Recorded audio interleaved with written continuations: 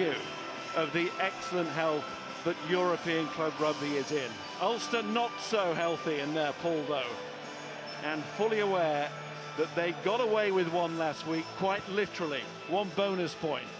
In the final analysis, it might prove to be very important indeed. Well, number 8, Roger Wilson, certainly one of the reasons why Ulster came back into it at Welford Road. Wilson's reward is a start today, otherwise the pack is unchanged. Rory Best, hooker, captain, of course this his 50th European appearance. In the back, Stuart Olding gets to start in for Stuart McCloskey. Olding with that ability to step. McCloskey's extra brawn sacrifice today, also perhaps Olding's extra experience coming into play. And his centre partner Jared Payne gets another chance to show why he should be wearing the famous number 13 shirt for Ireland this autumn.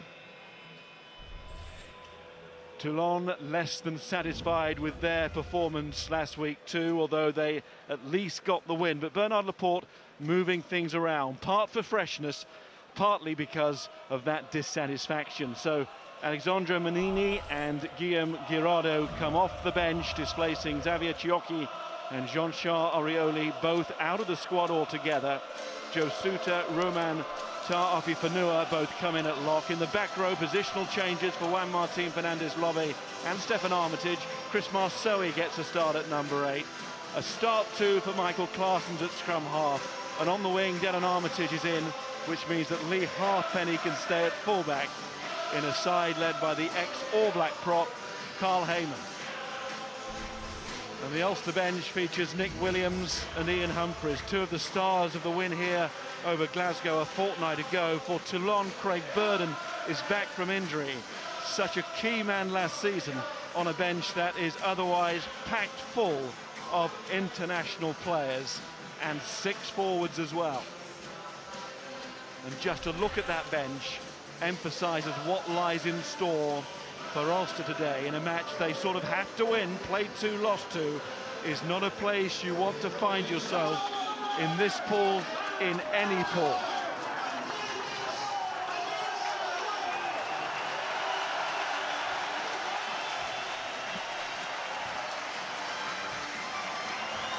Well, this is a classic European occasion. Despite their smattering of Southern Hemisphere talent, there's a core of local ability that roots this team in the Ulster soil. Men like Rory Best, Paddy Jackson and Tommy Bowe inspire this partisan crowd. What a contrast with Toulon, another passionate club, but one whose European glory has been based around world stars. Men like Matt Giteau and Brian Habana. Habana is one of the great wingers of all time. That is the level of threat that Ulster face from a Toulon team that will be looked to fire after a quiet couple of weeks. And the Kingspan Stadium know they have to play their part too. All those packed into it. And in the middle of it all, Wayne Barnes, the first ever meeting between these two. Ulster have a good record here against French teams, but then again, they have not run into this lot before. A team going for a unique 3rd European title in a row. Tim, can you hear Kitty? Well, it's pretty obvious there's a great atmosphere in the ground. So we need to turn Kitty. We should also tell you it's a very windy day here in Belfast. So expect the odd up and under from the boot of Paddy Jackson.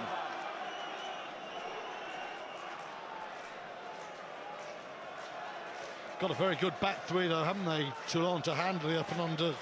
Dylan Armitage, one of the best full-backs in France. He is playing on the right wing. Stefan Armitage there, of course. He's playing open side and not number 8. So the Armitage boys switching around. Will Ulster have the answers to the little tweaks Toulon have made?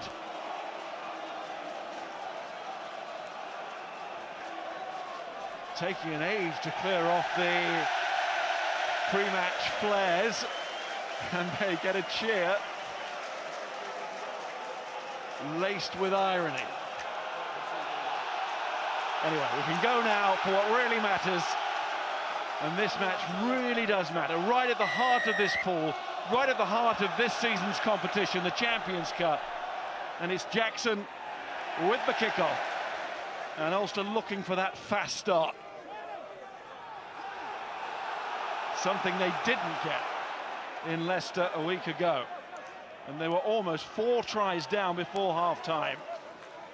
How important that foot in touch from Ben Youngs. Good early pressure from the Ulster line. And here's Jackson again from the Momo's clearance. Slipped down the rankings for the international side, Jackson, not in the autumn squad. So he'll be looking to make a point, maybe on a wider scale, but it's all thoughts Ulster, all thoughts this match today, lost by Franco van der Merwe. Claessens, Fernandez Lobby's down on the pitch injured. It was almost stolen there by Tommy Bowe. The referee coming back for the knock-on. Fernandez Lobby is getting treatment and looks in some pain. He will be quite a loss this early in the match. Let's go down to the touchline where our man today is Tyrone Howe. Well, already you can see the consequences of the much higher intensity that Ulster are bringing to this match. They really felt that they let themselves down last week at Welford Road. They went through the 22 phases, but really it was the intensity that they lacked last week. Talking to Johnny Bell before the game, he just said we weren't at the races. Already you can just see a little bit of bite, and if they can get this crowd behind them and put doubts into this Toulon side's heads, you never know what could happen. They will just try and keep this going, certainly for the first quarter, and put Toulon on the back foot.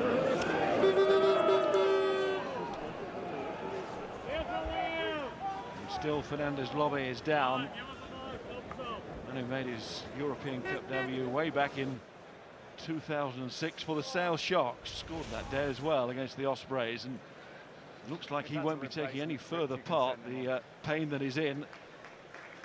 Well, Oldham's there, he's lifted him up, but that's a blow. What it means, of course, is that Juan Smith comes on, one of the outstanding players when South Africa won the World Cup in 2007. It's a great shame to see Lobbe go. Brilliant servant for Toulon.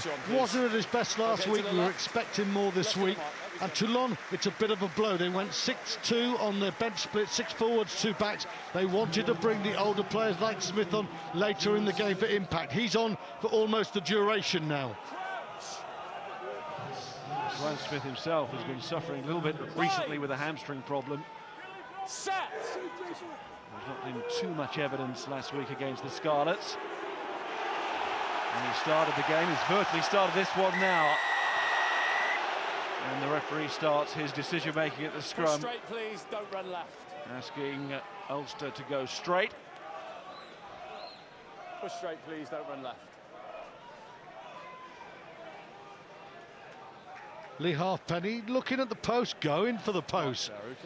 The quiet Heineken European Cup debut last week, didn't he, against the Scarlets? His goal kicking was very good. He made one magnificent tackle.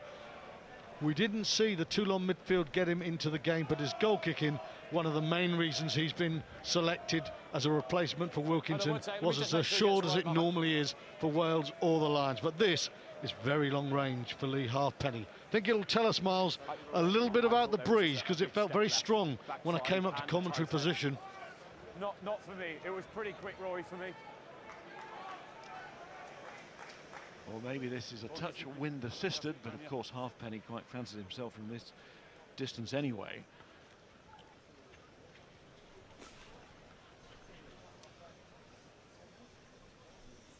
And we'll have a chance to judge it on the back of this kick. 13 points last week.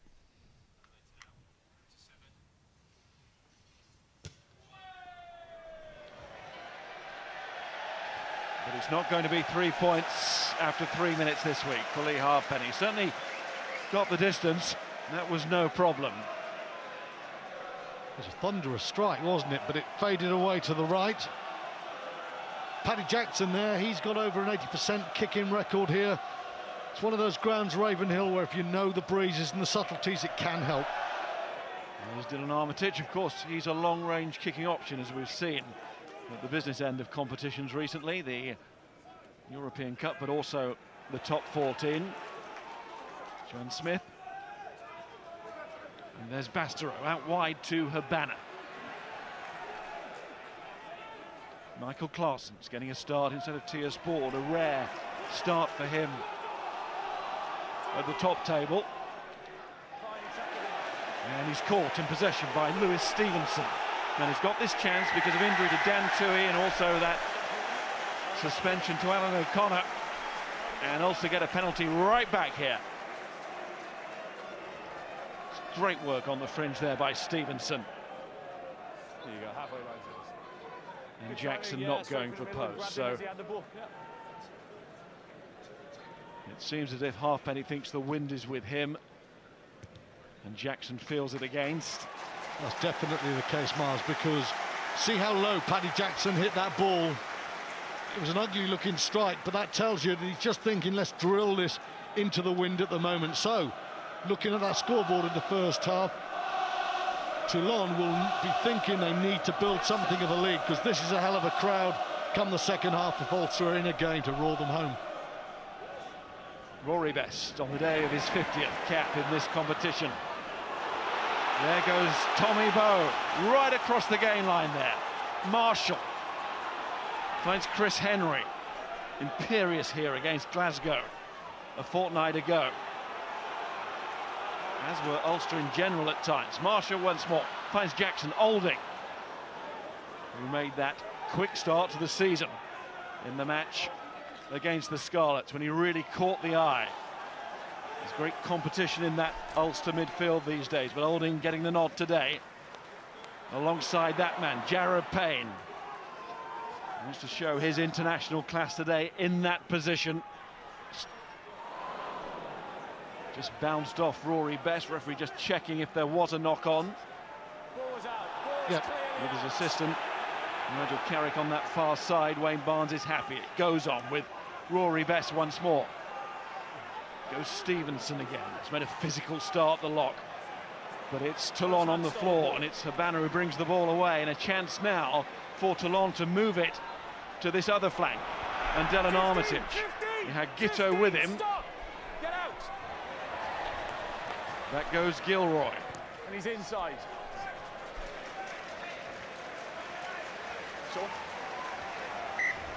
Chris Henry, you talked about how monumental he was a couple of weeks ago against Glasgow. Just look at this press defence here. Henry is going to come out and he's going to cut off Toulon there to make sure they cannot get these wide channels going. Just watch how he does this here. Bang, he's in with the tackle. You might have Dylan Armitage in the 15-metre channel, but Ulster cut him very hard, 10 metres from breakdown. Very good play from Henry and an organised rush Ulster defence. 7. He's had a strong 2014, strong 2012 when he was Player of the Year in that season that Ulster reached the European Cup final. There's Claessen's to Bastareaud. Getting on for 19 stone, Mathieu Bastareaud.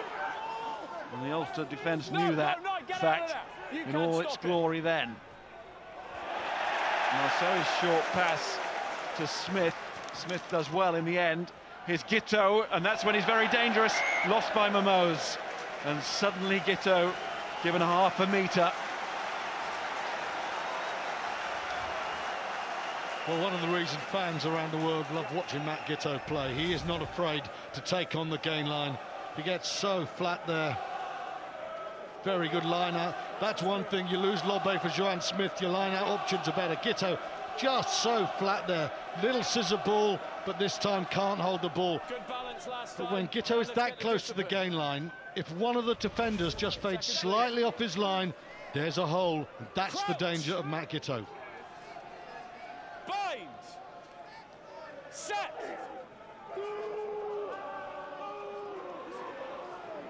Paul Marshall, the man who gets the opportunity with Ruan Pinar still out after that injury in the Rugby Championship.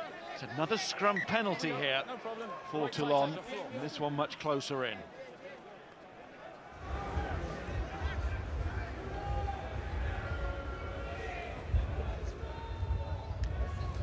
Just looking at where Ulster are actually making their mistakes last week at Welford Road, inaccuracy throughout the team, certainly over the first 60 minutes, but it was actually where on the pitch those mistakes were made. And once again, you had that turnover deep in the Toulon 22. Where does the ball end up? ends up down in Ulster's 22, and a 3-point opportunity for Toulon. Against what is a very, very stiff wind, Ulster have to protect this ball. One other worry for Ulster in the first 10 minutes. First couple of scrums, 2 penalties against them there. Toulon's scrum was not that powerful against the Scarlets. It seems a far more aggressive weapon today. And those front row changes, Manini, Girardo in, and clearly making an impact.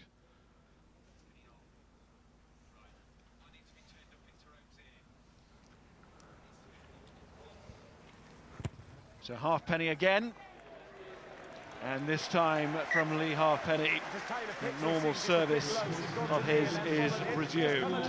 Really long-range effort, just wide. No mistake from there, and Toulon get the first points, reflecting their early dominance in the set piece. Well, they may have lost at Leicester because their line-out was poor and the scrum hasn't started well today.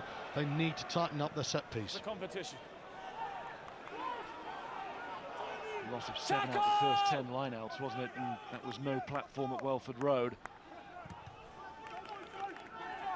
So the scrum will be a concern for Rory Best and his colleagues. Here's Louis Ludick, Jackson, Gilroy, yeah, go for it. It was there, right in front of him. Gets the pass out to Olding. Olding inside, it's touch Payne.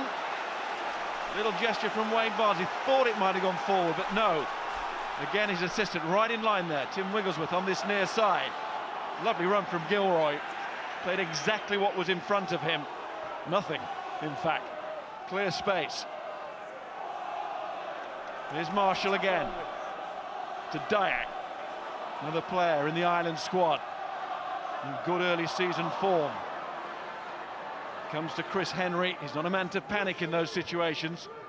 And he doesn't. Marshall once more. Jackson, little chip. Meant for Bow. It's over the top of Habana, but it's just slightly overhit by Paddy Jackson. Jackson initiated this attack. Bastareaud, he's a big, powerful carrier, but he's not the quickest. And Gilroy just sees the gap there between Armitage and Bastareaud, and he skins them.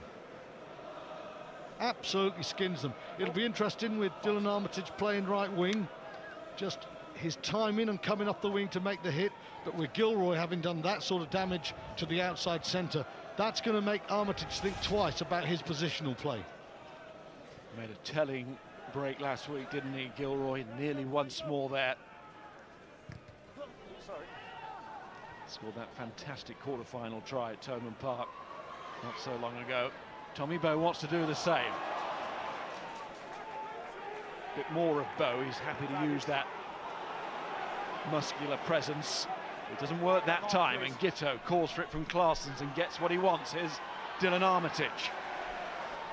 Finding himself on the wing today with Lee Halfpenny now at the club. Interception nearly for Wilson, but the referee again was playing an advantage. Penalty count hurting Ulster at the moment.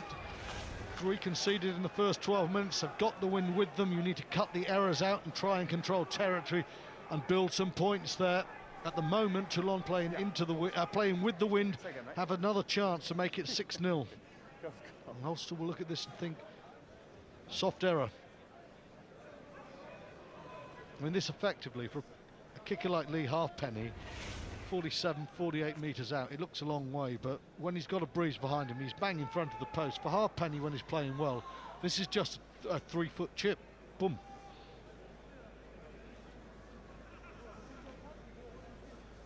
Taking time to check the wind again. Throws the grass in the air. Was played on this ground many times with the Blues.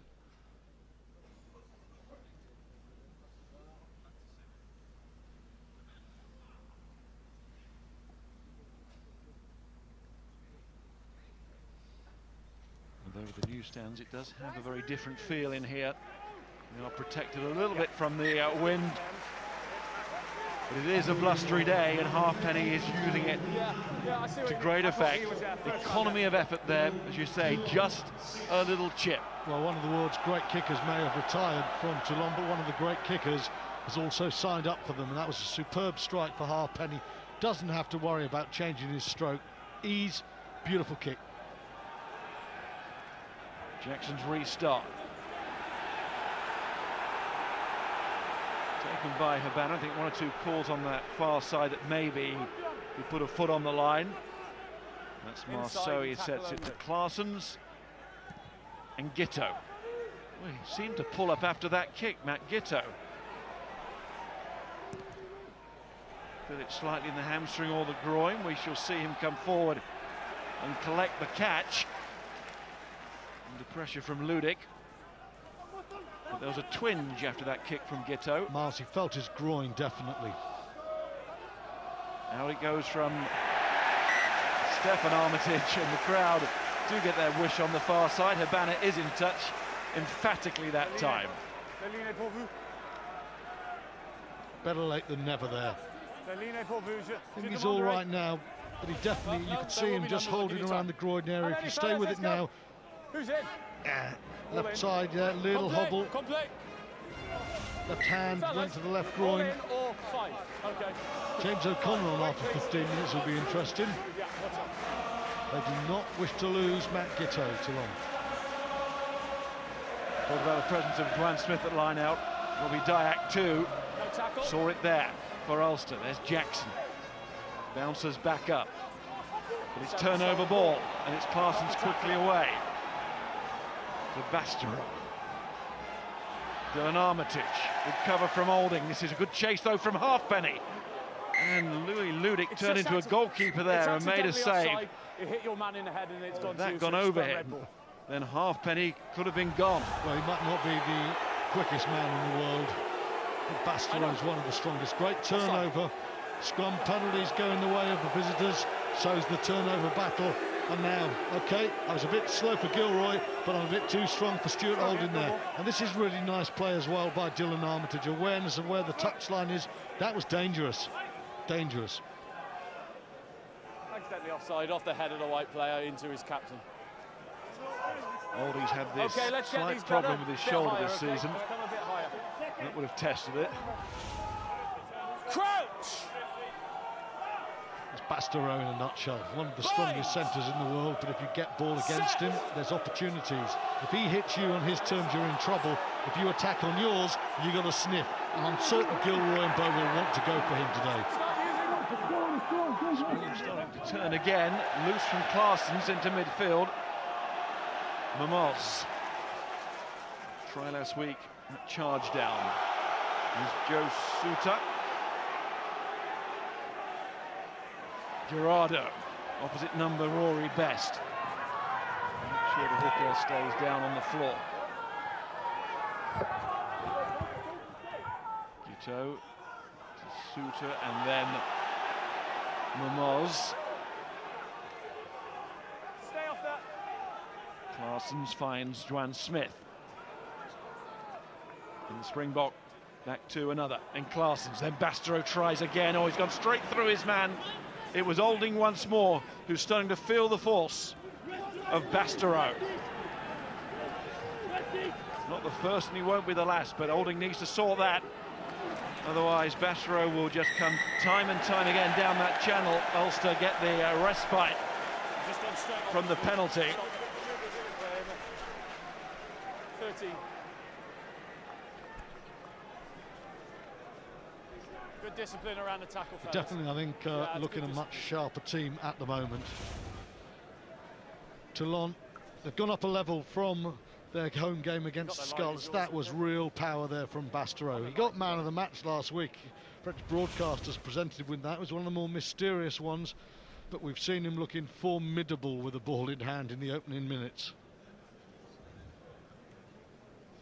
Looks like the Toulon have been stung by their performance last week. Not the result, they got the win. But they did look at times complacent. Not so today. Certainly not that man.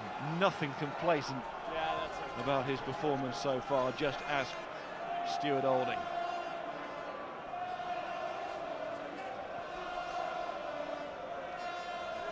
You're coming late. Who's in? 6. Il y a 6. Best throw, Strenko van der Merwe. Say more.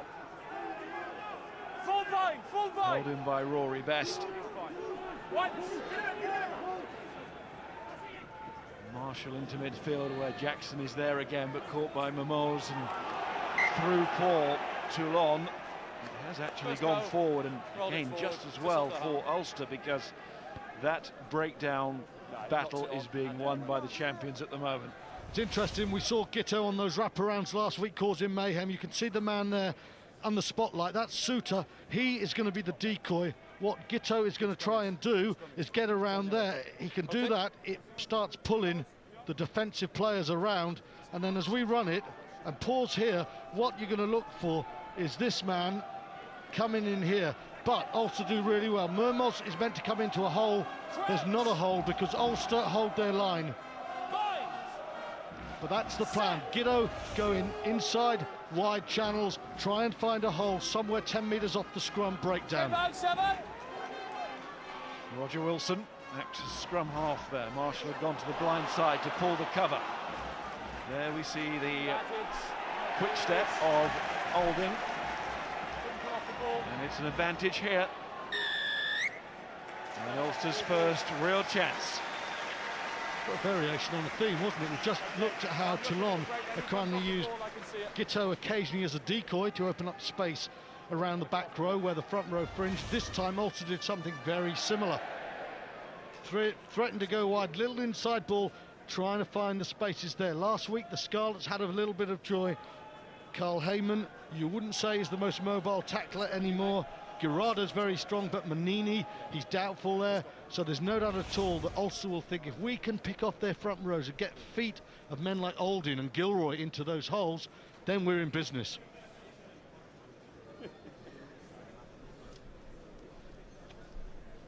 Jackson preferred to Ian Humphreys.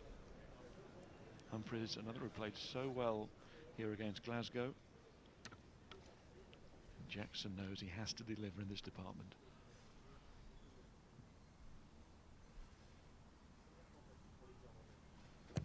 On a day like this, even with a strong wind, they simply have to go over.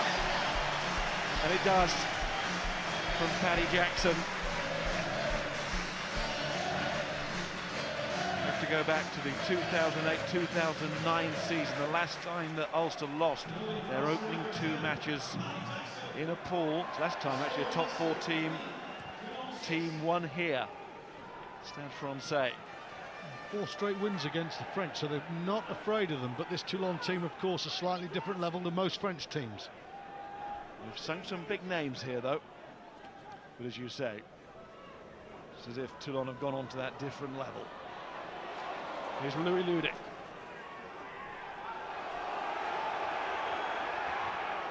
Marshall, Jackson. Well, that could bring the ball back towards the Ulster chasers. Could work very nicely indeed, but it would have done had Chris Henry managed to pocket it. He didn't. Here's Marceau, Habana. Marceau goes round on the outside. Powerful surge from the number 8. Gitto.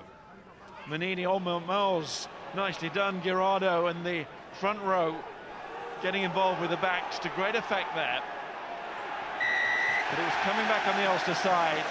That was worth a cheer for the home supporters. And so too the penalty. And Marshall has gone on his own here. Almost up to halfway. And another penalty coming. Out from Wilson. There's Payne. No matter, it was a free play. Could have done a little bit better with that free play there. A bit of space there, but Marshall exploded into no space. He made some with his decision. Mentally quick to go for it. Fast feet, superb play.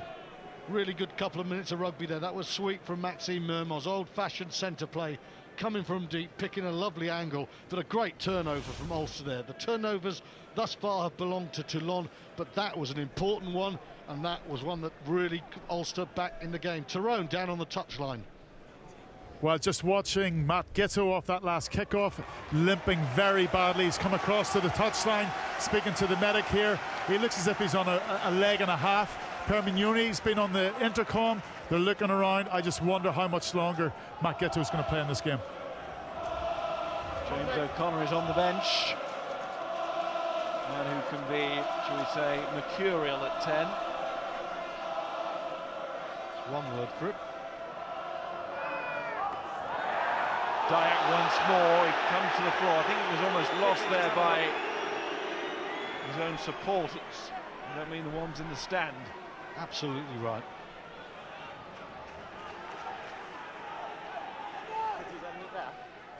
They were baying for blood. The decision, it seemed, on first screen from Wayne Barnes, but the referee has signalled the penalty, and Marshall would love to have gone again, but Wayne Barnes was peeping away. Very sharp, isn't he, Marshall, from penalties. Obviously, Doak's worked out that Neil Dirk's worked out that Toulon are very slow reorganising from penalties. A lot of experience, but a lot of age as well, and the scrum half is going for them there. And Ulster going for it here. Carl, I know they're different things, but we're just starting the penalty. Just on the angle there, that kick would have been for Jackson, but they want the catch and drive. But one has to say here, that's a relatively easy kick for someone of Paddy Jackson's calibre. They want the try, but look how far he is from the try line now. If you're going to go for the corner and you're going to disregard 3 easy points, you've got to go for a little bit closer to broke than that, surely. Lewis Stevenson with a take at the front of the line out. Can Ulster get it going? Marshall keeping them honest today. So too Gilroy when he gets the chance. Marshall to Chris Henry. Once more, the scrum half out to Jackson and Jared Payne. Marshall trying to check where the bulk of numbers are. One of them to his right was Andrew Warwick, the prop. Off your feet! Had a bit of power, but not the pace, and it's certainly slowed down this move now. Chris Henry gets it back. Jackson, Olding beats a couple before Heyman makes the tackle. Marshall again. Jackson leads that call and takes them wide to find Payne. And it still needs sorting out here by Halfpenny. Initially it looked like the ball had just been kicked away. And the attack had fizzled out. Gitto's gone. He's gone now. He can't carry on. He's down. That is a major blow for Toulon this afternoon, and now James O'Connor has a very big role. You cannot see him staying on. Oh no, it looks like a hamstring. He's been holding his groin. It's almost like the whole mechanic's gone. Yeah, that's not a groin, that's the right hamstring. It has been the left groin. Sometimes you get pain in one area, you get reaction in the other. That's horrible news for Gitto. It's an opportunity for Ulster though.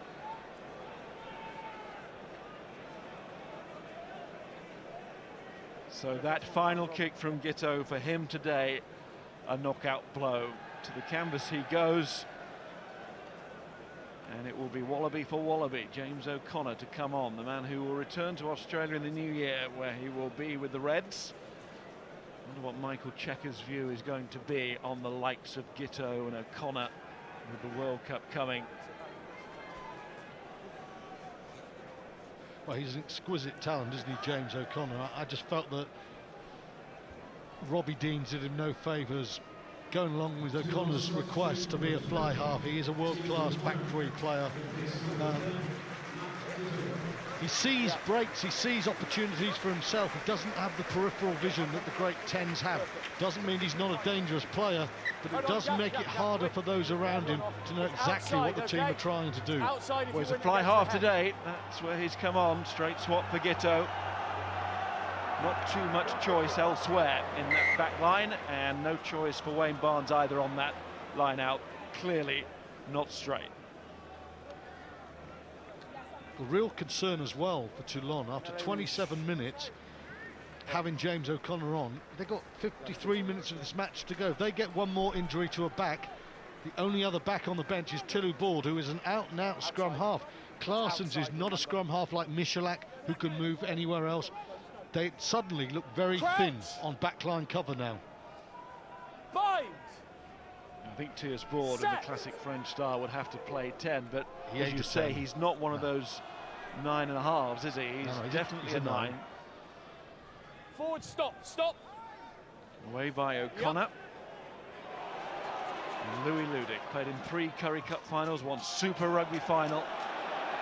Now the supporters of the Kingsband Stadium would love to see him in a Champions Cup final. No tackle. Makes a tackle on his opposite number, Halfpenny. Here's Claessens, O'Connor and Momoz. Some nice touches in this match from Maxime Momoz. And a touch on the touchline by Dylan Armitage. I know he's probably got over the shirt early, but Van der Merwe was a little bit hard on Armitage, and that's why Dylan Armitage is always up for a scrap. Responded there, but he was already in touch, which is why I don't think we're going to go back and see that challenge. It wasn't that bad, but it was slightly high. probably had a shirt over his shirt. And once this now is beautiful, you're quite right. Mermoz fixes his man, that's gorgeous to get past Old in there, and now beats the one. There's the high tackle there. In fact, it's on number 20 there, isn't it, James O'Connor. And Armitage, he decides to look after his Australian mate. Best throws, Dyack down again, winning a lot of line-out ball. And much better at the line-out this week from the Ulsterman. It was Roger Wilson setting it up. Rory Best, who lost Marshall, who's back there to give it to Jackson. The banner goes back. We'll leave it to Lee Halfpenny, who ideally wants to put it down for the 22. Don't think he carried it over. The kick was a little bit late there from Paddy Jackson. It was almost a moment, well, nothing's happening with the ball in hand. He kicked it there, and Brian Habana and Lee Halfpenny had that area completely covered there. There was no room for the Ulster fly half to find grass. Halfpenny's went straight to Tommy Bowe. Bit of space as well. Trying to find some space is Olding. Marshall, Jackson, lost by Ludic. No real sympathy on the ball there to Ludic. Back goes Paddy Jackson, long way to go back as well. Halfpenny chases. Gonna have to give this a thump to get to the touch. And it does.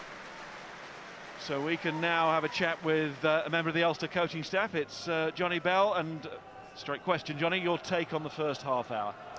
Yeah, look, I think the boys have been putting in a great shift. It's you know, it's a very physical game out here. I think we've managed most of the territory in this first half.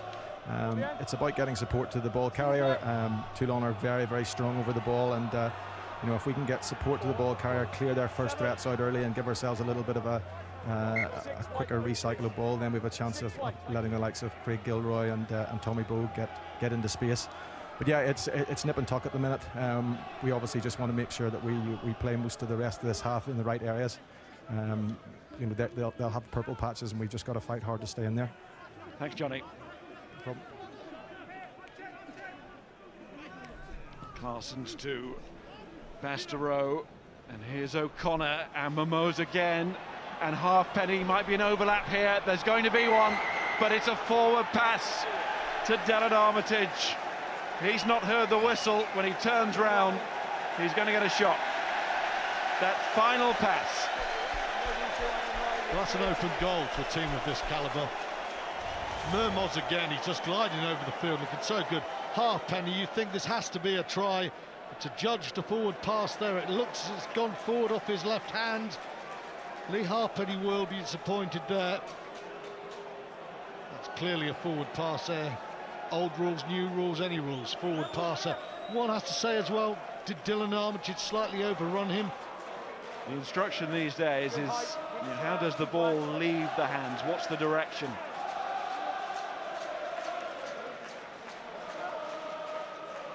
Well, we only just had to clip a bit, but it's gone forward. We had 2 years of absolute madness in terms of forward passes being adjudged non-forward. I thought the officialdom was going insane. That was a forward pass, it was the right call. Last year, that would probably have been a try. Here's Olding. But it was an open goal. Yeah, it was. The reason you got the ball was because of him. And that really should be, Miles.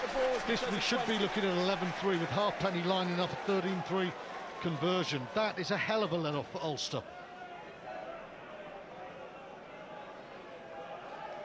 And as well as Ulster came back into things last week to salvage a bonus point, asking them to do it again against the champions, albeit at home. Well, maybe that would be one ass too many. They can't afford to get too far behind against this Toulon side, Not against you, but 20. who clearly can be lethal, even though they weren't on that particular occasion. That's why they'll be furious with that final pass.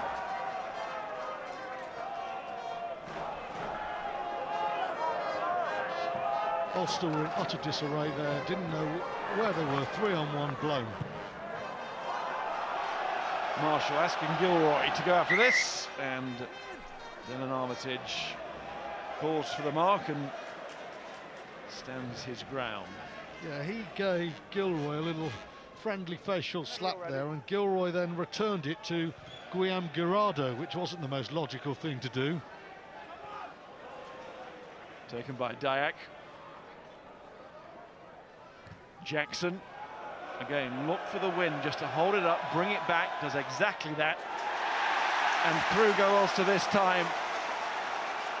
And Marshall, and Gilroy onto this, Halfpenny.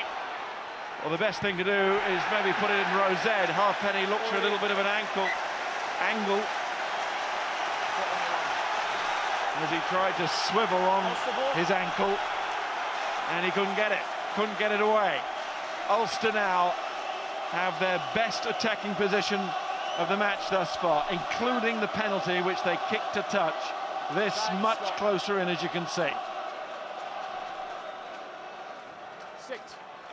7-8 metres out, closest Rory Best and his team have been now. Last week at Welford Road, there were a lot of big line-outs that went wrong. They've got to get this right. 6 men, they go to the middle, not the tail.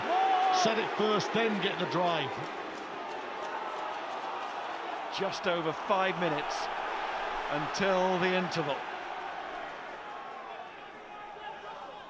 Here's Warwick. Ulster looking to show the composure required here against the champions. Herbst, haven't seen too much of him in the loose, the South African prop. And he's got buried underneath some bodies there. Not to come out, nor did the ball. And it's a penalty to Toulon. That's a big penalty for Toulon, isn't it? Great work, all that experience. People like Chris Masoi and Stefan Armitage, they've got brilliant foragers on the ground there, but they're getting a lot of numbers in. And that's the key. They have blokes who are or border world-class technically back row at the breakdown, but it's the ballast and it's the way that other players hit there. They're a very accomplished team there, and that under, in the shadows of the post, a couple of minutes from half-time, that's a hell of a turnover. Fair to say Ulster missing a few at the moment. Pienaar, of course, at 9. Andrew Trimble out with this toe injury. Luke Marshall out of the centre mix, and of course Olding and Payne are quite a pairing in themselves. Tui out of the second row, and his backup O'Connor gone as well, and Henderson out the pack too. That's a lot of players. It is, and I felt last week in Leicester in particular, they missed 2 South Africans. One, Pienaar, the other, Johan Muller, who's left, just for a bit of composure. Suter down to Claessens and then O'Connor. Claessen's the former Bath captain again, finds Stefan Armitage, another one of the try scorers last week. Manini finds Marsoe. Momose, one of the stars undoubtedly this first half, and now showing a bit of power to go with those subtle touches. Habana leaves his wing. Juan Smith, Habana's international colleague for so many years. Down goes Rory Best, amongst others on the floor there. It's not coming back. With Ulster put in. Almost feels like they've won a penalty. It's just a put in, but they'll take that. Chance to be in control of possession at the end of this first half. Toulon players absolutely livid there, looking at the assistant referee. I think that Ulster players go off their feet, and you've got a case there. Two Ulster players have gone straight over the top. Bastareaud looked around and said, come on, that's a penalty, and it is a penalty. No doubt at all there. You saw Lewis Stevenson just make no attempt to stay on his feet there. Clear penalty. Fight to stay square. Scrum. You get a chance to get it away. And in such a tight game, those decisions, or lack of decisions, could be vital, of course. 5, 7. The referees have been told to clamp down on it. What they need to do is just keep penalising teams who go off their feet, and at some stage they will stop doing it. I think justice is served here. Toulon have got the penalty, another penalty from the scrum. That is the third in this half, and if this half-time score is Ulster 3, Toulon 9, every single the pressure has come predominantly from penalties at the scrum and at the turnover, where they've been very strong.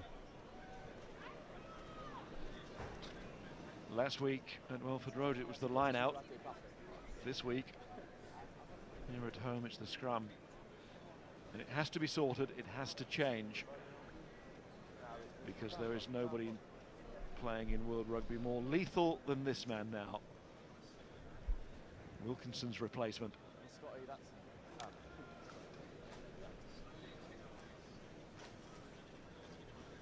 And if this goes over, it will compensate somewhat for that botched forward pass and the loss of that try for Dylan Armitage.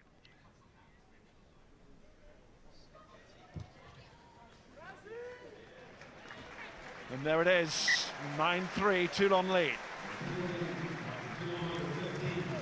9-3, but I really think Ulster will be quite pleased with if they go in with 6-point difference here. It's big wind, and it's funny, just when Toulon get the ball, there's a strange sort of lethargy about them, and I'm just wondering what pattern they're actually playing. Ulster, if they can just maintain this right through to half-time, they'll fancy their chances in the second half. Yes, the point about the elements from Tyrone, a good one. Ulster like to play in that direction the second half anyway, with a strong wind at their back. Yeah, perfect. Thanks. It will further emphasise that feeling. Here's Carl Heyman. What Toulon will try and do, Miles, is keep the ball, control it, scrummage, break down. O'Connor, Claessens, Juan Smith, stopped by Roger Wilson, and Herbst was there as well. Dylan Armitage, Tommy Bowe was trying to come in and intercept, but now he's got to get back because Habana's got it. And he does well there, the winger, to cover the ground quickly. Gerard Payne was on hand as well, and Warwick too. And Ulster do not want to ship any more points here. Halfpenny onto O'Connor. Said Ulster had the chance to close out the half in possession of the ball. Well, it's not worked out like that. Here's Momoz, Claessens, Stefan Armitage. And it's Gerardo who's carried effectively again. Claessens once more. Bastareaud held up by Dyak. Ingo Stevenson, another tackle from him. O'Connor, Halfpenny, Smith, he's got Marceau with him. Marceau just held it up, gets it onto Habana. How have they managed to work that? That is a brilliant score. It seemed to be stalling, but the world-class elements came to the fore from Toulon. Something special from the Southern Hemisphere there. I was behind play. TMO's checking it, but, well, it was almost a shade there of Kieran Reid from Juan Smith and Chris Masoi, how they work this short side. Lovely ball there. Masoi on the inside angle. Habana's tracked from left to right. World class finishing. Are we looking to see whether the pass is forward from Chris Masoi? That's exactly what we are looking at. Wayne Barnes just wants to check it. Already disallowed one try because of a forward pass. Masoi to Habana. Well, good luck to the TMO. It's very hard on that angle. Looks backwards to me, but again, on these views, everything is subjective. There's no fact. Kitty, I'm not seeing anything clear out the hands going forward. Do you see anything different? No, I agree with you. Absolutely fine. Wayne Barnes had a perfect view himself. He's right next to the big screen in that corner of the ground. Rowan Kitt, the television match official, liaising. They both agree. Okay. And with the final play of this first half, the champions show their champion qualities. You just opened the case of rugby gems at Toulon, and they can sparkle like no other team at the moment in this competition, and that was the perfect example.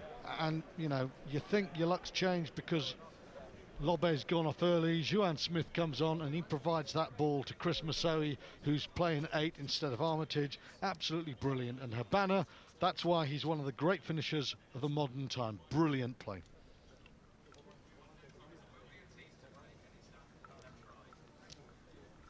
And suddenly 6-3 shortly before half-time could be turned into 16-3.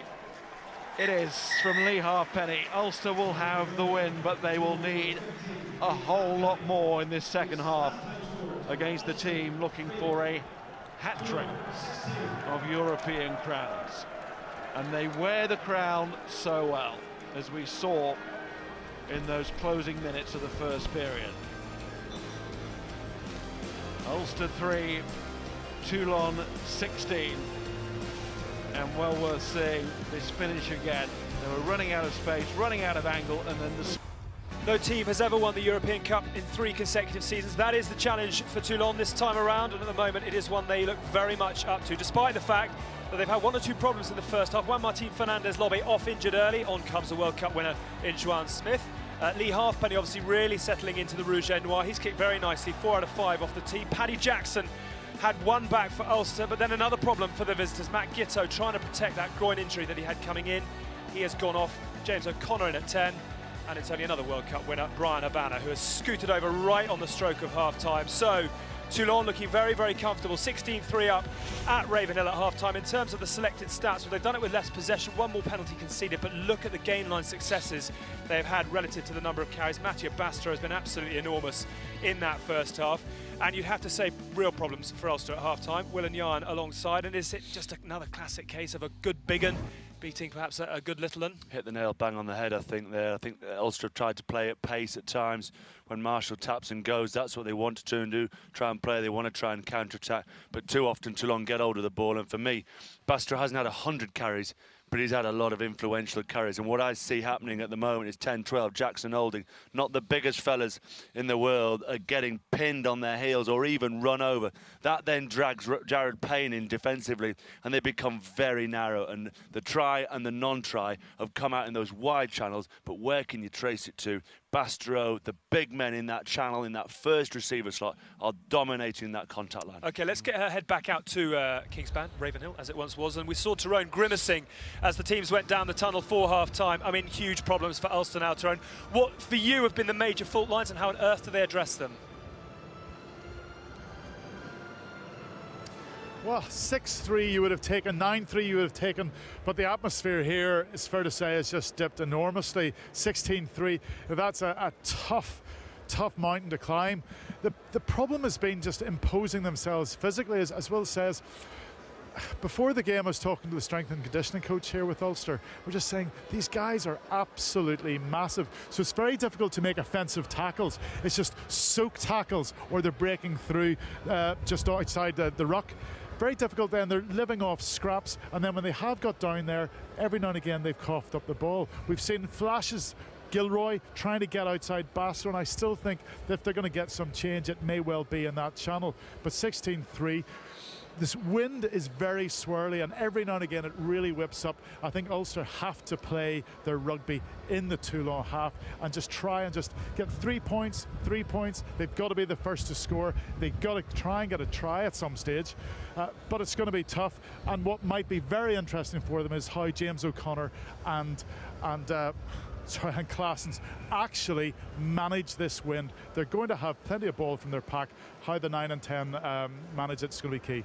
Okay, Tyrone, thank you very much indeed. It's about territory then, from what Tyrone is saying in that second half. He also picked out Bastro as an area to attack, but at the moment it is the Toulon, as Will was saying, the Toulon 13 is doing the damage. I mean, it's all about determining the terms of the contact. Win the initial collision, you're on your toes. It's a different game when you're on your heels, and at Ulster been on their heels for the bulk of that first half, and you can't attack the outside channel then. But Basso, bang, 3 or 4 yards, the offload. Then you're able to make the offload. You get beyond that first line of defence. Again, 3, 4, 5 yards beyond the gain line. Again, it's so much easier. Clarkson's having a field day, whip that ball away, and then they can attack the outside channel, which is where Ulster are finding great difficulty in defending that outside channel. But the quality of the ball is such, you can put some width on it then. You have to win that initial hit, and they come in second best in that aspect. Lots of hits going in for the try that was eventually given by the team. O'Brien Habana finishing it off. But again, just another example of Toulon's power and Ulster's inability to deal with it. Previous phase, Bastro carry, come around the corner. Ryan Smith, 1, 2, 2 little men, Gilroy and Jackson taken out again. Then Massoi, that's a class piece of offloading. Not forward for you? No, they absolutely fine. Came out the back door. Momentum will always go, but where the action, where the hands, the direction of the ball, for me, look at that. That's absolutely brilliant. Look where his hand is. Don't tell me that's forward. Like the Harlem Globetrotters. Habana also expects that offload. Yeah. He went there, and when you're playing on when you're winning that quality of ball, and you're a supporter in it, you know that ball's going to come back to you at some point, somehow. And Massoi found it away. Quite a lot of mumbling while we were watching that first half about the try that wasn't given. It was chalked off by the TMO. Is this forward, and has Armitage overrun it? Where's the blame here, Jan? A bit of both. Yes, it's a forward pass for me. It looked wrong, it felt wrong. Armitage possibly should have given it a yard or two, but even then, he stretched out as well. So I think it was a poor pass as much as Armitage not holding his depth. But that was a wasted opportunity. But 16-3 up, they probably still have got enough. And the wind is only giving you a sore part for Ulster. But again, it's that outside channel, and Payne get caught on his heels once again, Will, on that outside channel. First one with that forward pass again. Bastro short, Jackson holding tight. Payne lost at 13. Got to change it. You've got to get Cave. You've got to get a classic 13 who knows how to defend. If things go wrong, life's not about a perfect game plan going well. You've got to be able to understand that when it goes wrong. And a person who wants to be an international centre has to be able to do that. Problems for Ulster, I think it's fair to say. They've only lost 1 in 17 games at Ravenhill. Toulon, on the other hand, well, they've only lost once in 2 years in Europe, and they hold the cards at half-time. But out at Ravenhill, Ulster need to dip into that pot of European magic so often used by Leinster and Munster. They are down, and they're staring at going out. They did have a second-half comeback last week in Leinster, but it wasn't enough. This time around, they have got to go for it. 16-3 down, and we'll hand you back to Stuart Barnes and Miles Harrison.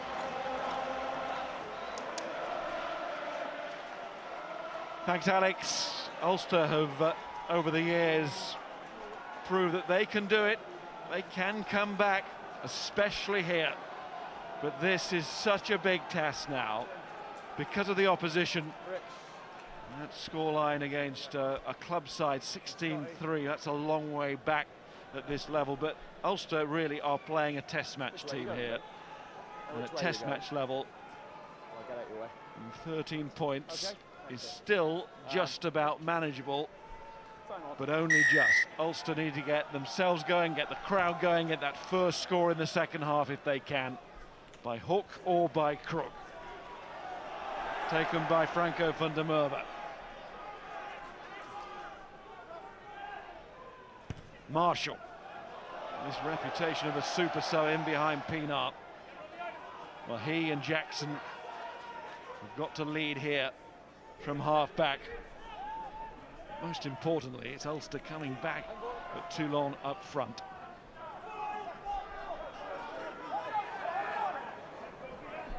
Claessens to Habana. Here's Momoz.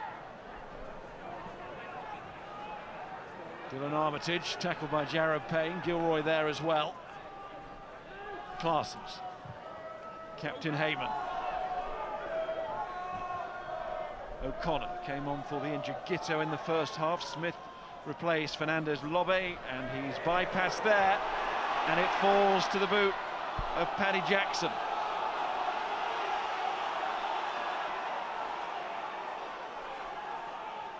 Momoz. Does Toulon still have a chance to get it away or get it going again? Marceau, Claessens. There is Joanne Smith, safely to in that time. First man. Joanne Smith replacing Fernandez Lobe. first minute or so of the match, and such a key part of the try, along with Marceau.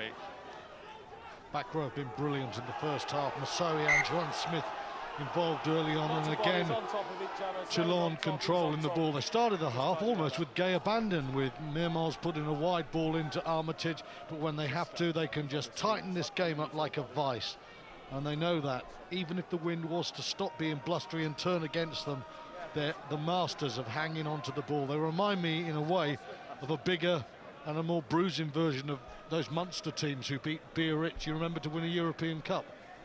On the touchline, of course, for us today is Tyrone Howe. Well, facing 13-point deficit, Ulster need their leaders to stand up in this second half.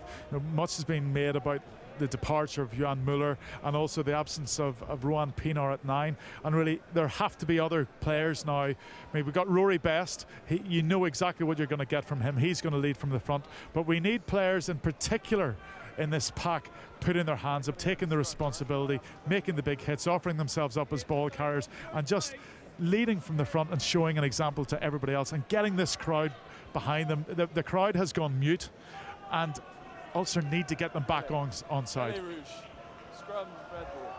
Just waiting there for Andrew Warwick to get a little bit of treatment. Some blood wiped away, and he's okay, and he's in the front row. And this is where Ulster will be looking to see a big improvement and a return from the referee. 5, set.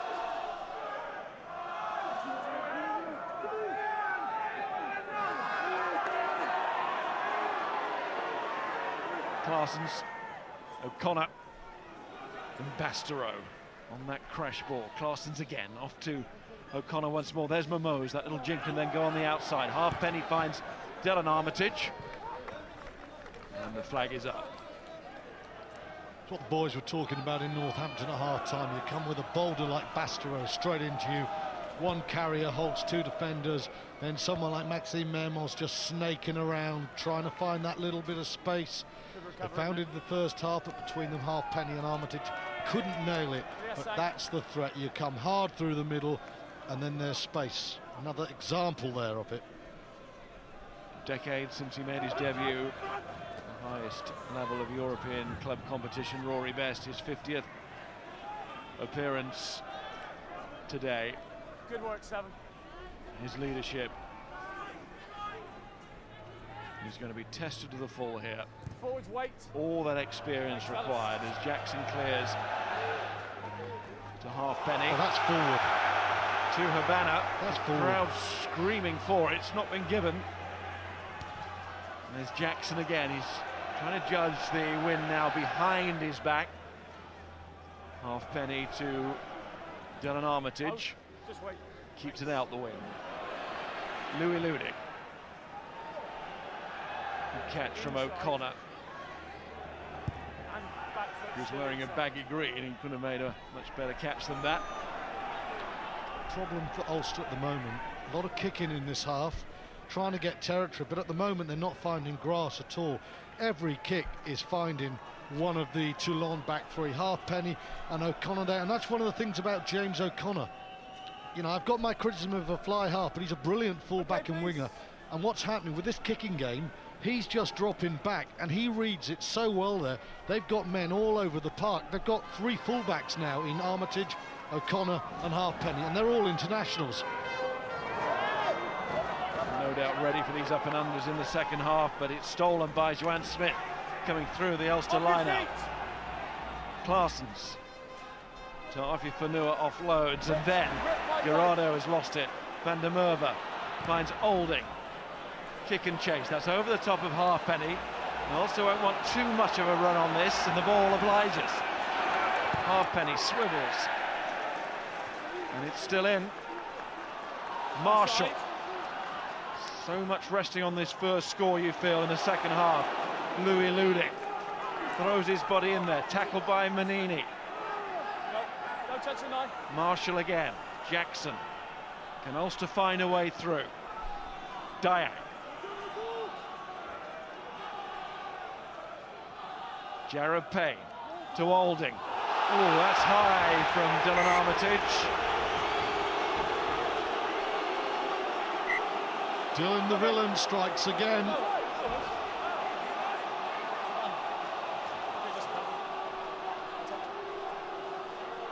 Let's put it this way, he made his mind up that there was going to be no more than 3 points there.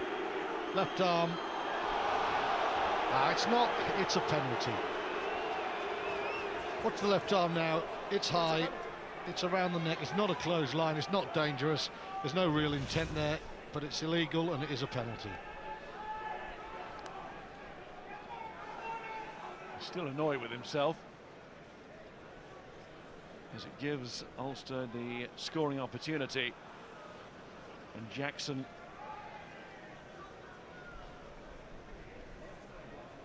with a fair portion of a European campaign resting on his shoulders here in this second half. Both as goal kicker and the strategic mastermind of this team, getting them in the right place, definitely.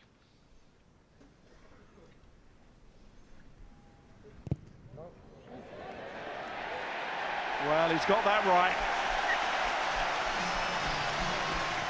It's a start for Ulster. 10 points now, the gap. That kick told you something about the wind. It's not up and down, is it? That's a masterful kick from Jackson, because if he aims that one bang at the centre of the post, I think that's going to fade to the left. Started off a long way right when you saw it from ground level. Beauty. Halfpenny restarts. There's nobody better at claiming those than Tommy Bowe. Marshall, Henry, Jackson, Payne. They keep running it because there's no real chance to kick it.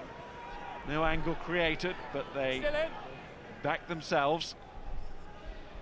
Carried back in, so Jackson goes for distance. It's another good catch. Halfpenny this time. James O'Connor. Louis Ludic's coming forward, needs to claim it and does. Exactly what the fullback should do. Marshall, Payne, who used to be fullback.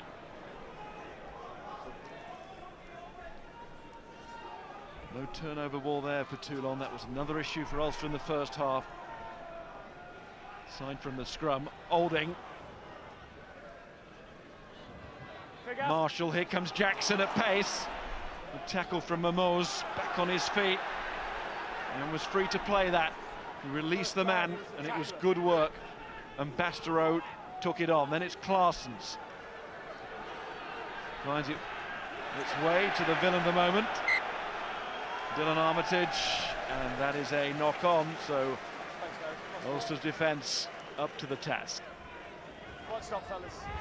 Really positive start from Ulster, and they needed that 3 points early in this match. And interesting, it came from a turnover. They turned over Toulon's ball on their own 10-metre line. A lovely angled kick from Olding, put Halfpenny under pressure, and then an injection of pace from Ludic and Marshall. And all of a sudden, the French are on their heels, they're making mistakes, they lose their discipline, and 3 points. Ulster have just got to keep it going, but they'll take great confidence from that. Interesting there.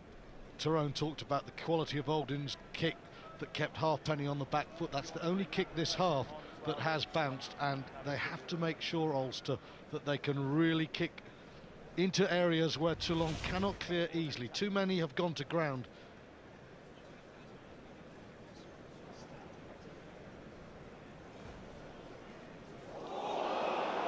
There's the injury to Stuart Olding, who is the man down at the moment.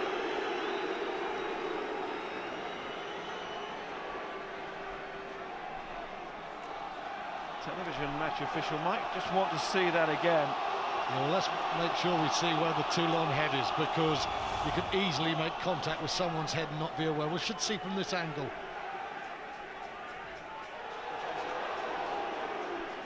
He's trying to kick through onto the ball. No, I was going to say, because this season we've seen nothing but people kicking through onto the ball. Ta'ofi Fanua, I think there, has gone for the ball. We've seen a whole season of that.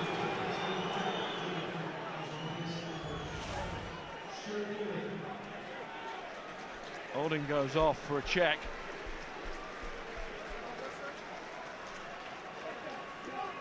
Darren Cave has come on. Straight into midfield. I don't think there's anything malicious there from Taififanu, as you say. He was just trying to kick the ball, undoubtedly kick the head of Olding. It's all the craze this season, isn't it? Sticking your boot through in breakdowns and just trying to hack it on, and that's what's happened.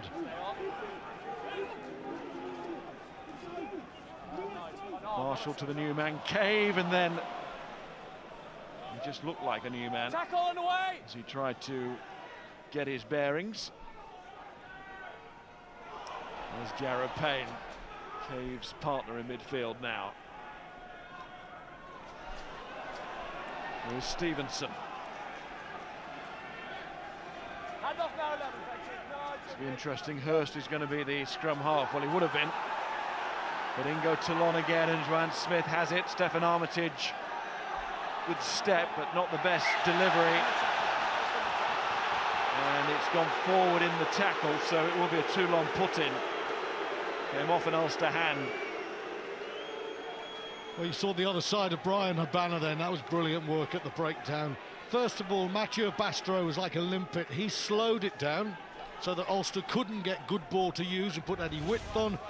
And then Habana turned it from slow ball into no ball.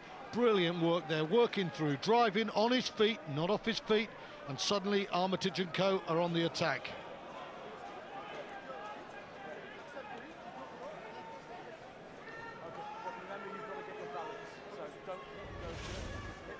Toulon are making a double change here. Ivan Chilichava, the Georgian prop, is coming on. Back his Boter as well. Off go Carl Heyman and Roman Taififanu. Chat to Emile Entermac before the game, and he was talking about Toulon's performance against the Scarlets, and he said, Stuart, you know, it was a very hot day on the Mediterranean, and Ali Williams and Bakis Boter and people like that. But they're quite old, aren't they? And they didn't enjoy themselves. He said they're like Ulster a little bit more than they did Toulon last week. Emile commentating not too far from us for television in France. One of the greats of this competition. He was at Thomond Park. He said it was an intense game. He said it was a dynamic game. He said not a lot happened. Ever the diplomat, Monsieur Entermac. Unaware of his presence on the TV there. Don't throw it in. Crouch. Little thumbs up from the great man. Bind. Set.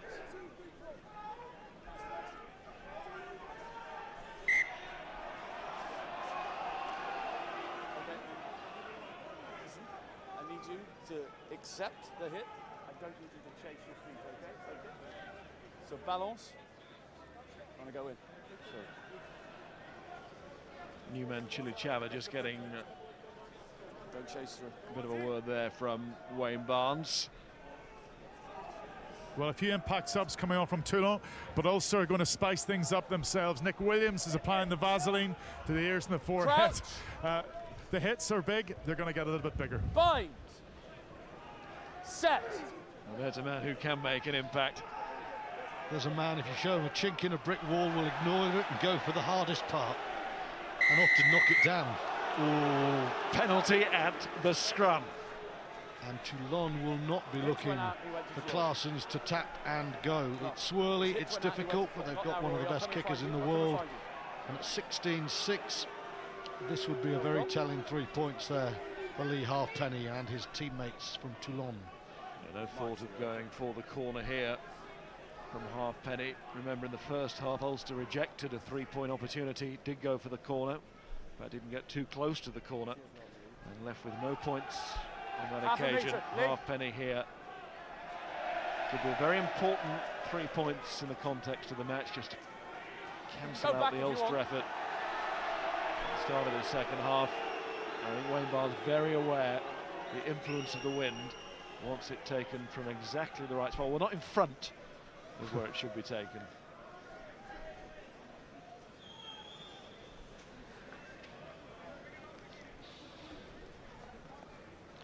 Think back to the first half, 10 metres closer, Ulster went for the corner and got nothing. The percentage kings of Europe are looking for 3 more points. Chip away. So going to re-establish the margin of lead that they had at half-time. Well, no, Halfpenny, second miss of the day. It is difficult to judge the conditions, I'm sure, out there, me, even more so against the wind. Come out at your loose end. Yeah, just replace it. Yeah, 1 and 4. Nick Williams is striding around, the ground is trembling. So too Callum Black, who comes on at loose head. Drew Warwick having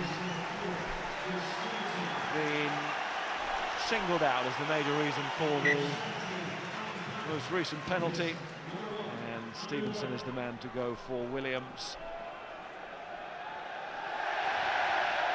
O'Connor just slightly overran that one, but crucially didn't knock it forward. Claessens, Halfpenny, Stefan Armitage. There's that meter again, always the extra meter. He's got the power, but he's got that step.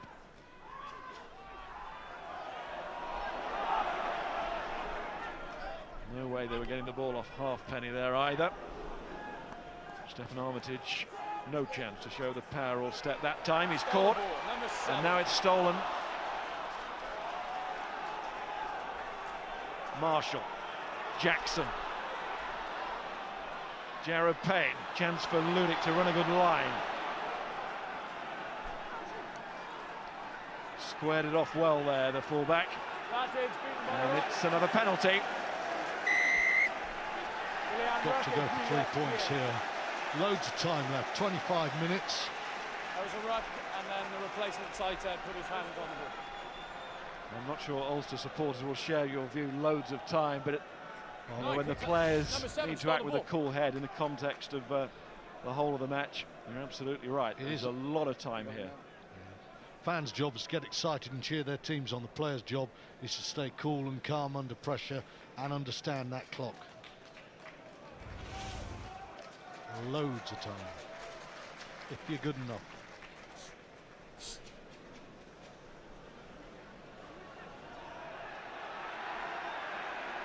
And the last one was a beauty.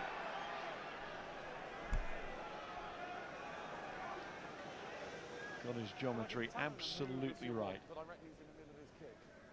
Yeah. Okay, watch, stop. Lynn takes over the ball. Chris Henry is required. No. It's a penalty. It's a penalty, not a conversion.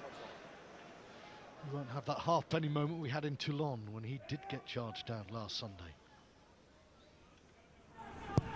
Jackson. And the crowd behind the post told you straight away, absolute silence.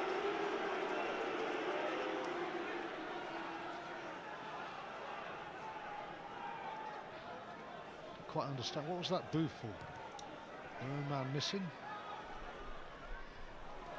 It came off Dyack, but into the hands of Habana. Joanne Smith fancied that, had Habana managed to get it to him.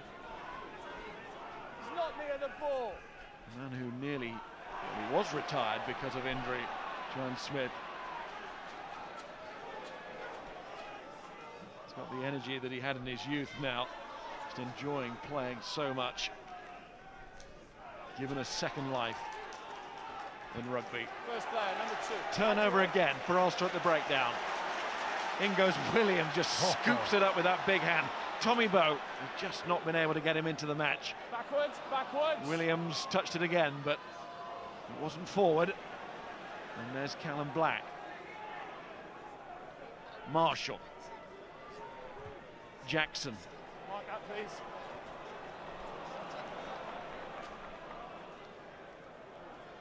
And Habana will just use a few seconds.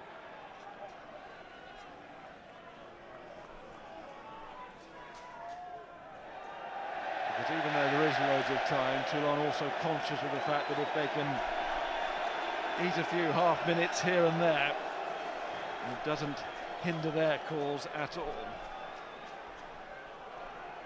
Well, loads of time for Ulster, no hurry for Toulon. I think that would just about summarise the temporal state of this game. Tommy Bowe, flattened by Smith. Here's Jackson. Roger Wilson. No hands! Williams finds Henry. Ulster needs something dramatic here.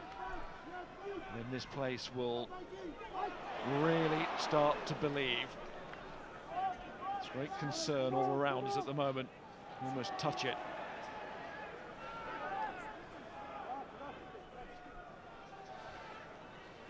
Jackson going for the corner this time. Habana keeps it alive, and now if he acts quickly he can get it away, but it's half charged down. Falls to Cave. Is this the moment of drama that they've been waiting for? Marshall onto Dyack. Out it goes to Williams. Oh, interception for Dylan Armitage. It is dramatic, but in all the wrong ways for Ulster. Is that a fatal blow to Ulster in this match, possibly in the tournament? It's a long, long way back from here. Yeah, you feel that is game, set and match. Dylan Armitage has a habit in Ireland of scoring crucial tries. He scored one, didn't he, in Lansdowne Road in the final against Clermont 2 years ago. The Ulster crowd are silent now. Juan Smith, you felt for a second when he's a little bit slow getting onto that ball. That's an opportunity for Darren Cave. And then the opportunity turns into an absolute disaster. Didn't Habana come back well after the mistake? Yeah, and didn't Armitage, he picked that really well. I mean, we said he's a full-back playing on the wing. He made the decision to come from wide infield, and he made a great decision.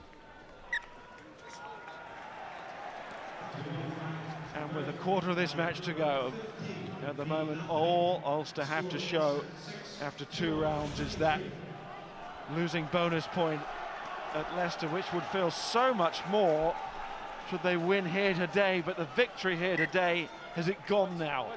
23 points to 6. Well, in a titanically tight pool, or what you thought would be a very tight pool, we've been saying an away win is going to be crucial.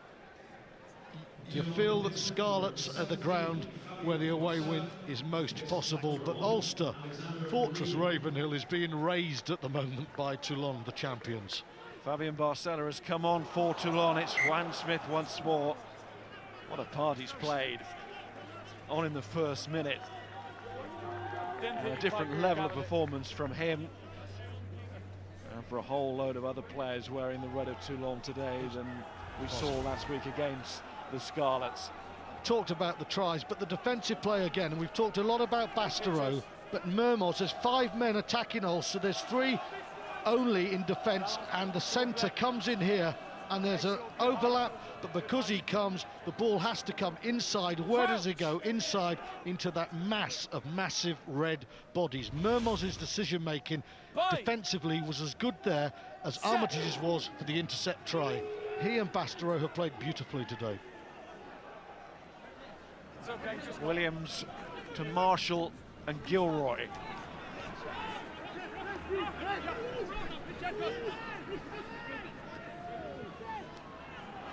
Roger Wilson carries and carries well. Marshall again finds Jackson. This is Louis Ludick. Tommy Bowe.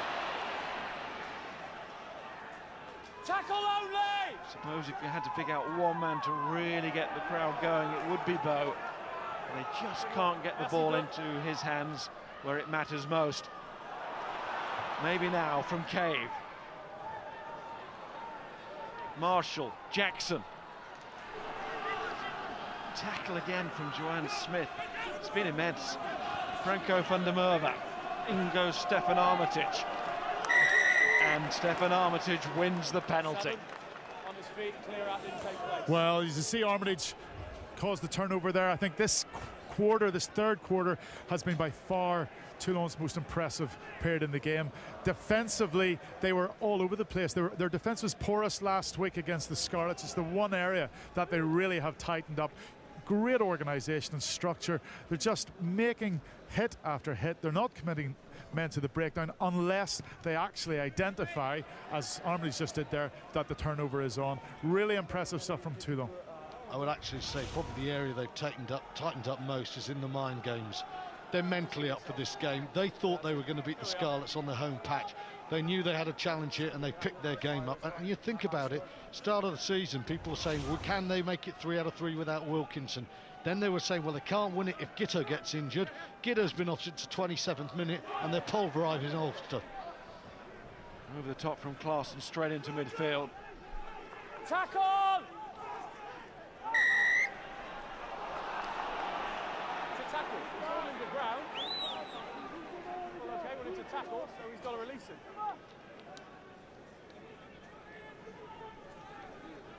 And Halfpenny can take it well inside the Ulster half. We could say now that the clock is against Ulster officially, I think. They do not have a lot of time now, and Toulon are just, they're in sort of second gear, maybe. Can I find third at the moment? Do we have to? Sports car Armitage goes into overdrive, scores the try, and they look very comfortable in themselves, don't they? Very impressive performance. Girardo will throw in part of the change from last week, along with Manini, who's now gone, replaced by Barcella. But certainly those two front row replacements, cornerstone of this performance. Good work, Rory Best, his 50th European Cup game. Tackle! Rejoins the defensive line. No, not aside! Captain for Ulster gets stuck in. Klaassen needs to get it out. And does. Joanne Smith once more. Dominant display from him. Back is Bota. Michael Klaassen's rolling in this chance to start in the European Champions Cup. There goes Girardo to Stefan Armitage. They're starting to play now. Barcella, man who's had so many injury problems. Down goes Rory Best. That would have been game over, another score there, definitely. Still a flicker of hope here for Ulster, but Habana reads that well. Bastereau finds Armitage. In goes Dyak. I think he got something on that. And there's going to be a penalty. 6 wasn't the tackle. No, I didn't. Your players did. You think there's a flicker? Since its 6, not the tackle. hopes are extinguished at the moment. What a line that was from Armitage. I felt there Rory Best got away with a knock-on. Brilliant quick play though, getting the big men running down the angles. Hey, and Fabien Barcella, what a great player he was before his injury. And can you imagine if Toulon can do for his career what they've done for players like Joanne Smith, how strong are they going to be then? Well, when it came on, Rampat's Wayne Barnes, you may have heard referee Barnes say on the microphone, look at the size of him. Barcella has certainly not wasted his time in the gym. Well, those Achilles problems seem to be almost at one point career ending, a bit like Joanne Smith, and those players feeling that they've got a new lease of life, and good luck to them. Here's Marshall, Cave, Jackson, Louis Ludic, and Habana's there. They've always been there, the back three for Toulon today. Another part of the play that they've marshalled so well. No touch. And Klaassen's, without interference, puts the ball out. And there's always two sides to every coin. I've been most impressed with Toulon's defensive play and their coverage, and it has helped James O'Connor coming on with a lot of kicking because he's read it very well.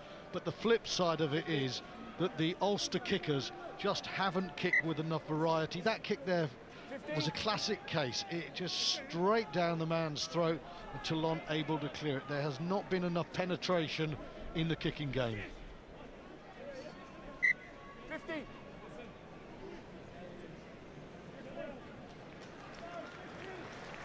Ian Humphries comes on to replace Louis Ludic.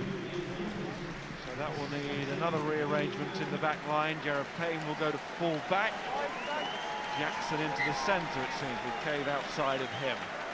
I think that's where Ulster should have started, you know, Jared Payne at full-back. Nick Williams who did start last week. Holding on. Number 7. It's not often, is it, Nick Williams goes barreling forward, hits the brick wall, judders to a halt.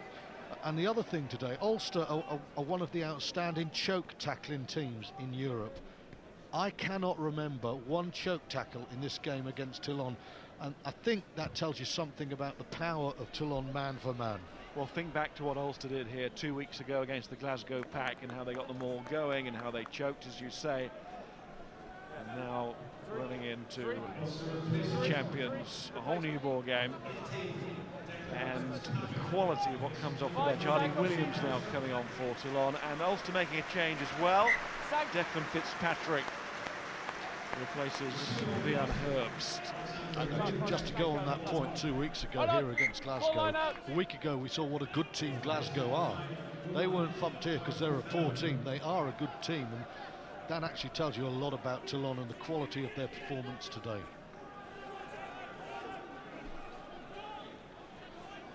Joanne Smith tackled by Rory Best. Getting very hard now to see a way out of this for Ulster. Claessens. And when Humphries looked over to the referee, but it was a big wave of the arms. Play on. Charlie Williams. He's one of the bright spots for Toulon last week, no doubt about that. In the loose. Bastareaud met his match there. In Williams. Claessens. Barcella. Charlie Williams again to back his Bota. The two starting locks against the Scarlets. Momoz done so much right this afternoon, Maxime Momoz. So too that man again, Stephen Armitage. But in goes Rory Best. He's not giving up, and Ulster must not do that. And Marshall wanted to go quickly. Subject to Max Mermoz, it takes me back to when he was a youngster just out of the Toulouse Academy, and he broke into the Toulouse and French team, playing alongside Yannick Josillon when Josillon was in his pomp. And you felt when Josillon went, he was going to be the man, and it didn't quite happen. He went to Perpignan, he had a quiet period, he's back in the French squad now, playing for international rugby. He's starting to look like the high-quality player he was, and that's it's a telling international combination, Mermoz and Bastareaud, such balance.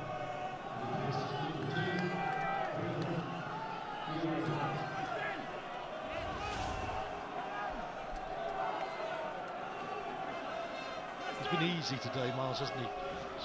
Bastareaud's like a brick wall, he's just lovely, like a stream that flows. Score now, and it still might not be enough, but Ulster have to see if it is. Jackson, Cave, Gilroy. Bastareaud flying around in there, trying to tackle anything that moves. Williams to Payne, and then Jackson, his Rory Best. And Roger Wilson. Gilroy's calling on this near side for a crossfield kick. Payne to Williams. Well, he's not going to supply it. And down goes Joanne Smith again. The omnipresent Joanne Smith. And Michael Claessens boots it downfield. And little Paul Marshall. He's inside, now he's out. Outside. Returns and finds Halfpenny. Who passes Craig Bird now on his hooker for Toulon. Over his shoulder injury and back to add even more weight and more choice. Stephen Armitage to Michael Claessens to James O'Connor.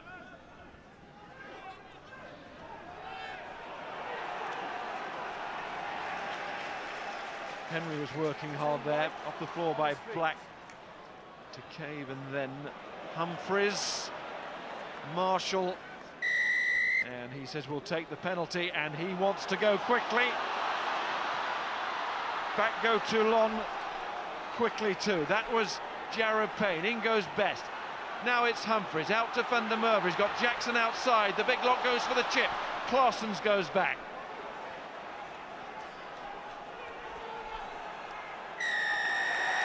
It's a penalty. And it's feeling like the very last throw of the dice here. Yeah, Claessens, I think, and his teammates, they'll take the penalty. It's another few seconds off the clock. It's not the immediate score. I think I don't know if it's an indictment or a praise, but Paul Marshall's tap and goes have been the most troublesome factor for Toulon. Their defence has handled everything with ease. A couple of times he's touched and gone, and he's just found a little bit of space. Well, it's credit to the man himself, but again, it seemed Ulster were going nowhere there until they got the chance for the tap. They've got to go somewhere here. They can rescue a bonus point and then play almost perfect rugby between rounds 3 and 6. And you never know, they have to try and keep themselves in this, both the match and the pool. It's fairy tale stuff thinking that, isn't it? And unfortunately, most fairy tales, a lot of fairy tales, have ugly endings, and it doesn't look good for Ulster at the moment, because let's face it, they're going to have to go down to the Med and face this lot in round 5, and that does not look pretty. Well, that's the reality of the situation, but whilst the mathematics could still work out, Ulster will be going for this, trying to keep their head above water. Marshall, Tommy Burrow, there he is, that danger man. Marshall again, Van der Merwe. It was a good chip moments ago. Now it needs more traditional power from the second row, but Toulon in there with the strip again. On the floor is Stefan Armitage. Marley Williams all round him as well. Mimose, where's he going?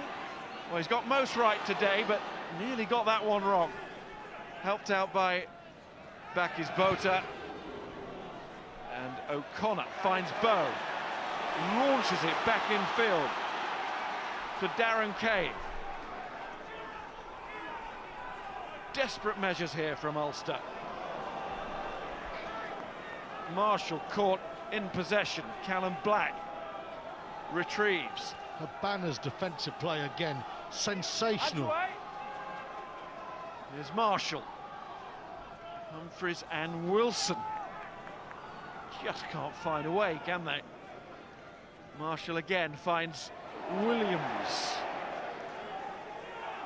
All-out brute force from Williams, but what does he gain? A metre or two, and ultimately it's a loss. 17 on his feet. Clear out. We've had a game of rugby, but we haven't had a battle in terms of power. It's just been one-sided. Toulon have just got stronger and stronger. They've got this mighty bench. They've got players like Brian Habana is meant to be the world's best finisher. At the moment, he's like an international open side, drilling people backwards. In the contact, they're always in the tackle. They're winning the battle. They're getting the metre. Will said at half-time, Bastereau always claims that metre. But in defence, in the tackle, in the breakdown, everybody on their side has been winning half metres in every collision. And those metres are important, as you say, but Ulster have just simply not had enough attacking positions inside the opposition 22. And when Williams gets across the game line like he did then, ultimately it comes to nothing.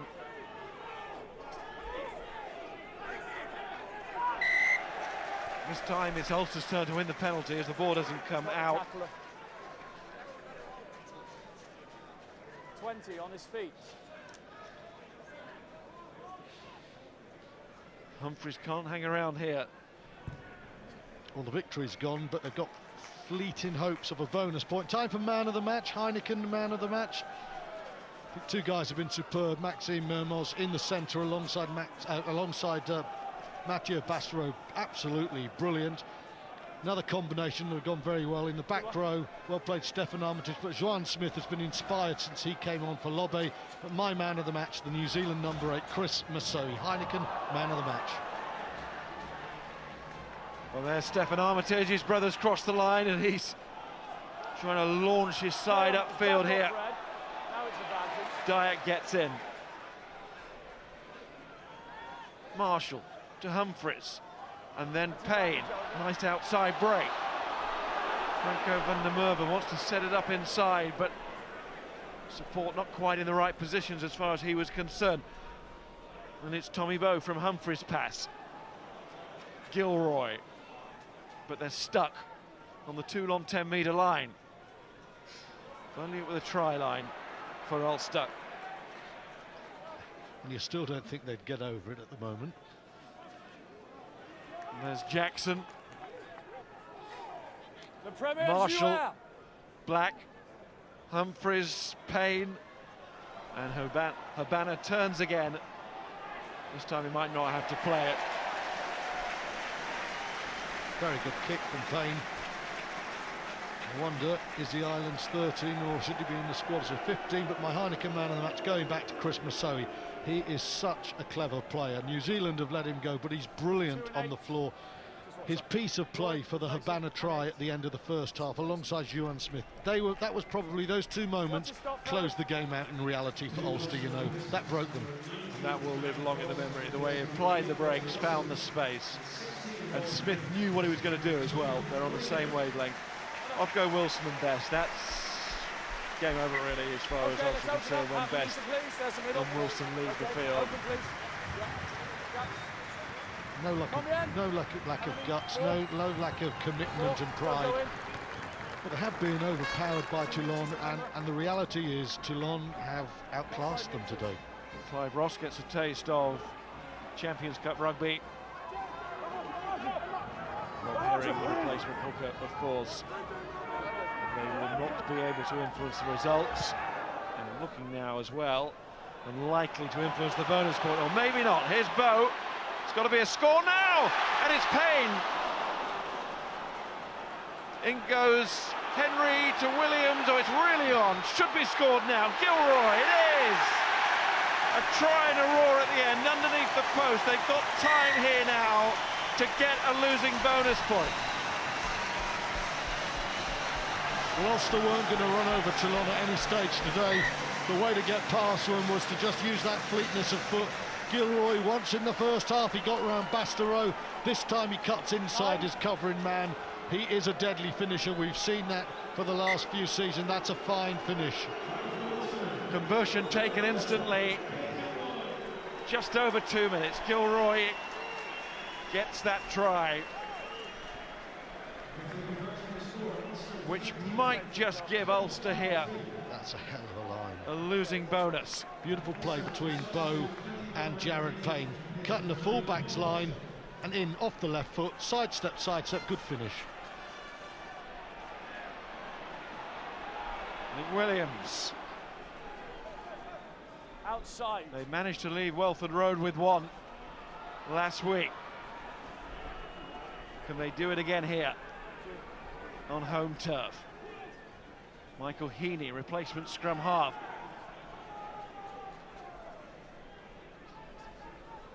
Humphries, Payne.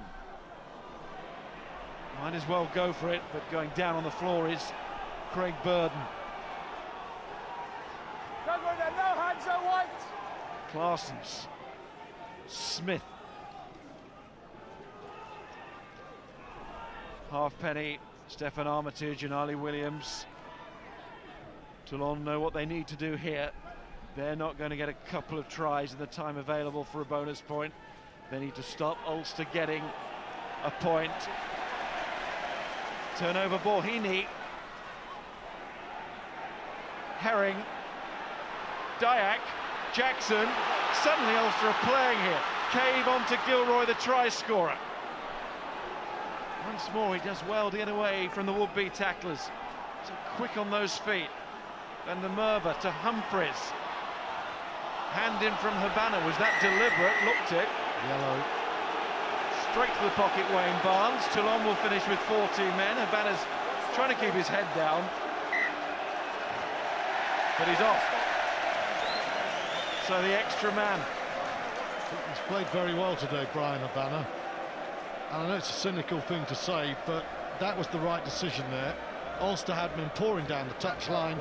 The banner jumps in the air. He can't catch the ball, but what's he meant to do? Just let it go to Ulster players and see them sprint down the right touchline? He had to do what he did. It was the right decision. It was cynical, but that's what a professional rugby player has to do, make that call. And it's coming down to the kick for the bonus point. Ian Humphries wants it.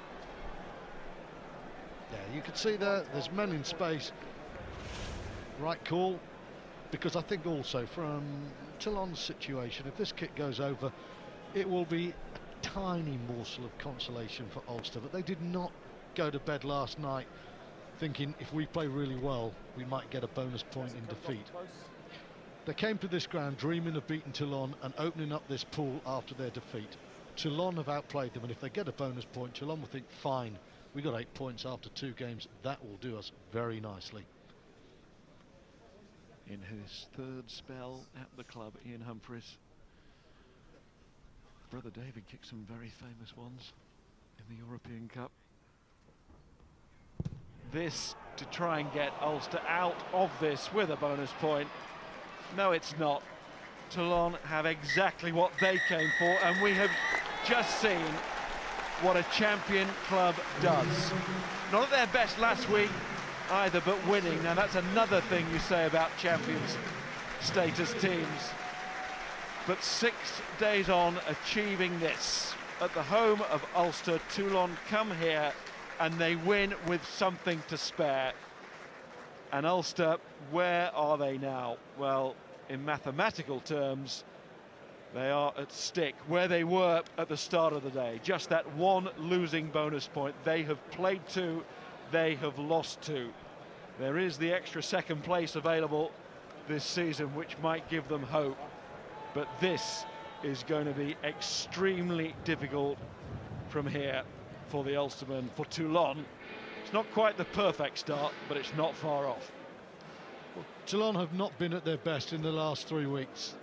They've won 2 of the 3 games, but the quality of their performance has not been as they would like it. Stephen Armitage said as much to Graham Simmons afterwards. They came to Ulster, one of the most dangerous home teams in Europe. They picked up their game in terms of power, in terms of precision, in terms of just appetite. They looked like the champions of Europe for the last 2 years. They looked like the team to beat. They've got power in the midfield. They've got balance in the back row. They've got goal kickers. They didn't have Wilkinson, they didn't have Gitto, and they were still too good for Ulster. Hugely impressive. I can see Chris Marceau moving over there. I just got one quick question for you, Stuart. Can you see Ulster getting out of this pool? No, the home defeat I think will be crushing. I think Toulon will be through, and I think Ulster now are probably out of it. Okay, time will tell. Let's catch up then with the man of the match. It's Chris Marceau with Graham. Chris, many congratulations. We've seen Toulon in the past blow teams away, fancy performances, throwing the ball around, but in many ways, it's a performance, a win, a professional win like that, even more satisfying. Yeah, it's a game we target. It's like a semi-final to us. You know, we got a tough ball. You know, didn't get a bonus point at home last week, but you know, get the win here is quite tough, and I'm really pleased with the boys the way they front up today. There are a few people in the last 2 weeks watching the game against Toulouse, Chris, and maybe not an ideal performance last week against Scarlets, thinking Toulon have mislaid their mojo. Where did you rediscover it this week? Oh, any other champions, you know, you're always there. Of course, you lose, and you know, the true champions always bounce back up. You know, that's what we do. You know, we're disappointed against Toulouse, but you know, last week and then this week, definitely the boys are front up, and you know, I'm pretty proud of the boys the way they front up today. And defensively, especially, Chris. I mean, for a team that's outstanding on defence for the last 2 years, that was exceptional. Yeah, and that's how you win games, is defence. You know, if you have a good defence, you know, definitely they're going to win in a game. And our defence today was incredible. How realistic is 3 in a row, Chris? Seriously, I mean, 2 in a row is difficult. 1 in a row is difficult. Is 3 in a row on, do you think? I'm not looking ahead. You know, we just can't take one game at a time. You know, 3 in a row comes, but you know, we're not looking further. We just take one game at a time.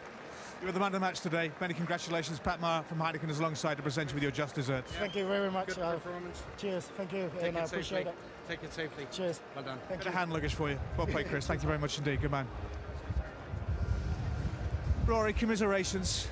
I'm not sure it's much of a consolation, but I'm not sure too many teams would have lived with Toulon today.